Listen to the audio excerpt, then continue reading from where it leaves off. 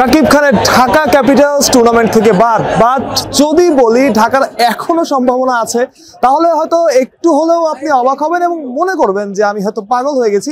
পয়েন্টের বিচারে ঢাকার ওঠার কোনো সম্ভাবনা নাই, কিন্তু রাজশাহী এখনো 6টা দিন বাকি, অর্থাৎ প্লে অফের আগে এখনো 6 দিন বাকি।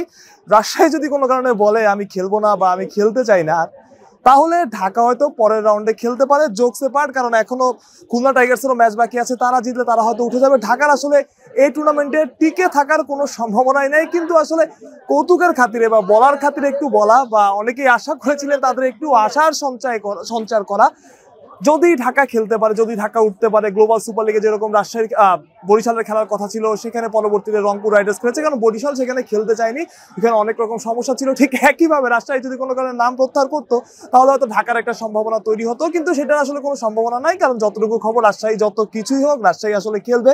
এখন ঢাকার কথাটা বলি, আসলে ঢাকার পারফরমেন্সে সবাই হতাশ, দর্শক থেকে শুরু করে যারা গণমাধ্যম কর্মী ছিলেন, যারা ক্রিকেটার ছিলেন, তারা পর্যন্ত হতাশ হয়েছেন। কারণ ঢাকা যেভাবে দলটা গঠন করেছিলেন, শাকিব খান যেভাবে সামনে থেকে শুরু থেকে ছিলেন, সেভাবে আসলে ঢাকা পারফর্ম করতে পারেনি। ঢাকার কাছে যে প্রত্যাশা ছিল তার ছিটে ফোটাও ঢাকা মেটাতে পারেনি। মাঝে একটা সম্ভাবনা তৈরি হচ্ছে, ঢাকা ম্যাচের পর ম্যাচ হেরেছে, একটার পর একটা ম্যাচ। ঢাকা থেকে সিলেট থেকে চট্টগ্রাম, ঢাকা হারের উপর দিয়ে আছে। অনেক গ্ল্যামারাস নাম ঢাকা যুক্ত করেছে, জেসন রয় খেলে গেছেন, তাদের মেন্টর হিসেবে সাইদ আজমল এসেছেন, কিন্তু কাজের কাজটা ঢাকা করতে পারেননি। এবং যেটা মনে হচ্ছিল, যেটা বারবার সবার ইচ্ছা ছিল যে শাকিব খান আসবেন, শাকিব খান খেলা দেখবেন, প্রথম ম্যাচ শাকিব খান মাঠে বসে দেখেছেন, কিন্তু পরে আর শাকিব খান আসেননি এবং সেই সুযোগটা আসলে পাননি। তিনি সিনেমার কাজে দেশের বাইরে ছিলেন, ব্যস্ত ছিলেন, কিন্তু পরে যে আসবেন সেই সুযোগটা আসলে ছিল না। ইভেন আজকে প্রথম ম্যাচে অনেক আশা করছেন যে চিটাগাং কিংস যদি হারতো, তাহলে হয়তো বা ঢাকার একটা সম্ভাবনা থাকলেও থাকতে পারতো, কারণ চিটাগাং যদি তার পরের 2 ম্যাচও হারতো, তাহলে পয়েন্ট হয়তো ঢাকা পরের 2 ম্যাচ জিতলে সমান হতো। কিন্তু একটা দল যেখানে ম্যাচ জিততেই পারছে না, সেখানে আসলে অন্য দলের উপর নির্ভর করে থাকা বা বসে থাকার কোনো রকম প্রশ্নই নেই, প্রশ্ন ওঠে না, বা বসে থাকা আসলে বোকার কাজ।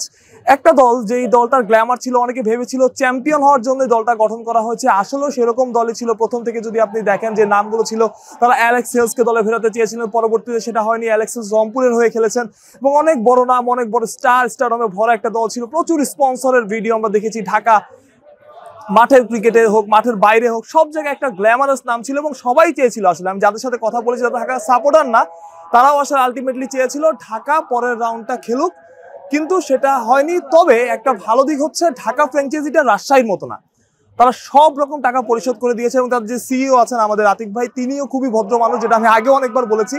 তিনিও সেই টাকা পয়সা যতটুকু পাওনা ছিল, সেই টাকাটা তারা পরিশোধ করে দিয়েছে এবং ঢাকার কাছে আসলে ক্রিকেটারদের কোনো অভিযোগ নাই, এবং ক্রিকেটাররা টাকা পয়সার দিক হোক বা অন্যান্য দিক হোক, ঢাকা সেটা খুব ভালোভাবেই ফিল আপ করেছে। এবং প্রথম ফ্র্যাঞ্চাইজি হিসেবে যতটা প্রফেশনাল হওয়া দরকার, ঢাকা তার চাইতেও হয়তো বা বেশি প্রফেশনাল। এবং আমার কাছে যেটা খবর, এবং প্রত্যেকবার যেটা হয়, ঢাকার ফ্র্যাঞ্চাইজি গত 3-4 বছর যেটা হয়েছে, একটা করে ফ্র্যাঞ্চাইজি এসেছে, ঢাকার নামে খেলেছে এবং পরবর্তীতে চলে গেছে। তবে ঢাকা ক্যাপিটালস তারা চলে যাবে না, তারা থাকার জন্য এসেছে। এবং যেটা WBPL হবে, অর্থাৎ উইমেন্স BPL, সেখানেও ঢাকার একটা টিম থাকার কথা, ঢাকাকে প্রপোজ করা হয়েছে যতটুকু সম্ভব আমি জানি, সেখানেও হয়তো ঢাকা খেলবে। অর্থাৎ রংপুর বরিশালের বাইরে যে একটা টিম থাকার কথা, 3টা টিম নিয়ে উইমেন্স BPL হওয়ার কথা, সেটা হয়তো এখনই হচ্ছে না, যেটা আমরা কয়েকদিন আগে জানতে পেরেছি। সেই টিমেও ঢাকার থাকার কথা, অর্থাৎ ঢাকারও একটা টিম থাকবে। অর্থাৎ প্রফেশনাল ফ্র্যাঞ্চাইজি যে জিনিসটা থাকে, সেই সব কিছুই আসলে ঢাকার মধ্যে আছে। ঢাকা সেরকমই একটা ফ্র্যাঞ্চাইজি এবং ধন্যবাদ শাকিব খানেরও প্রাপ্য, কারণ এমন একটা দল নিয়ে তিনি এসেছেন যে দলটা আসলে থাকতে চায়, BPL এর